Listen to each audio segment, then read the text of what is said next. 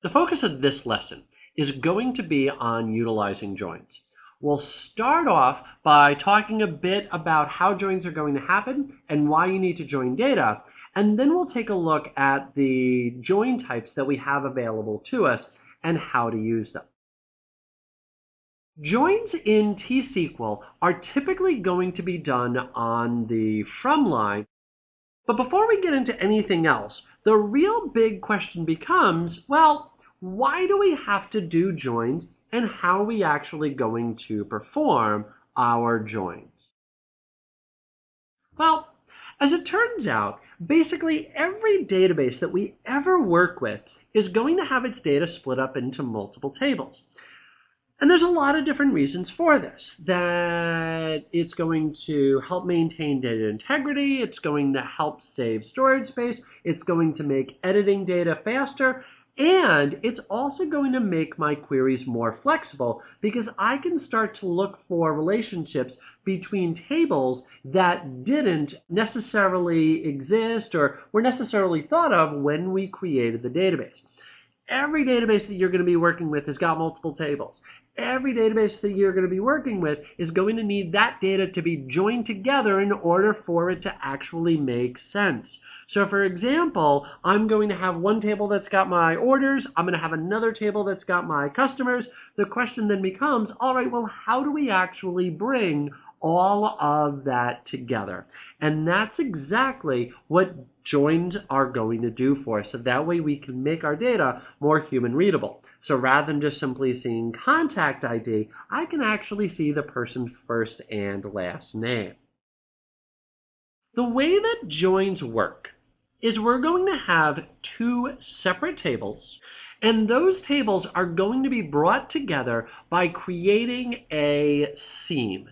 And basically what's going to happen with the seam is that we've got one column from each table that's going to be used for matching, and that's going to determine in some way, shape, or form what rows are or are not going to be returned. So for example, I've got my customers on the left, I've got my orders on the right. And if I wanted to get all of the customers and their orders, I'm going to have to join these two tables together.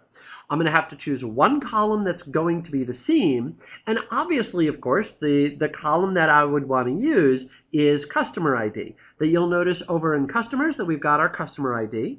And by the way, that's going to be known as the primary key, which will uniquely identify every single row inside of customers.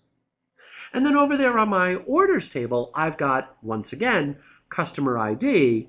That's going to be what's known as a foreign key. A foreign key is simply a column that's designed to point to another table. So in our case, it's going to be pointing back to our customers table. And so that's how we're going to bring all of that data together by providing that seam.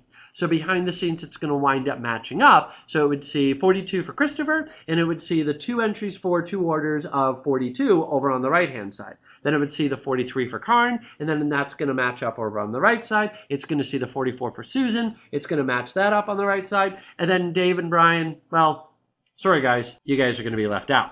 It happens. So that's how I'm going to join my tables together.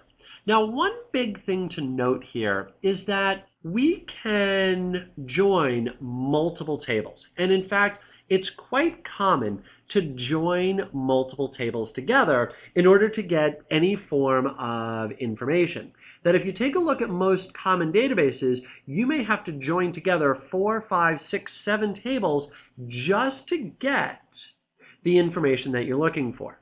This is where, again, having a database diagram is really going to be helpful, because then what I can do is I can circle all the different columns, I can draw all my different arrows, and show how I'm going to join all of that together. So that way, when it comes time to write the query, I've got my marked up diagram over here on the left side, I've got my monitor over here on the right side.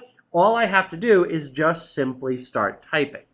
Now, to help you out in most database environments, you'll notice that the columns that were designed to be joined are going to have the same name, but that doesn't have to be the case, and you may notice that depending on whoever it is that built your database, that is not the case. Hopefully it is.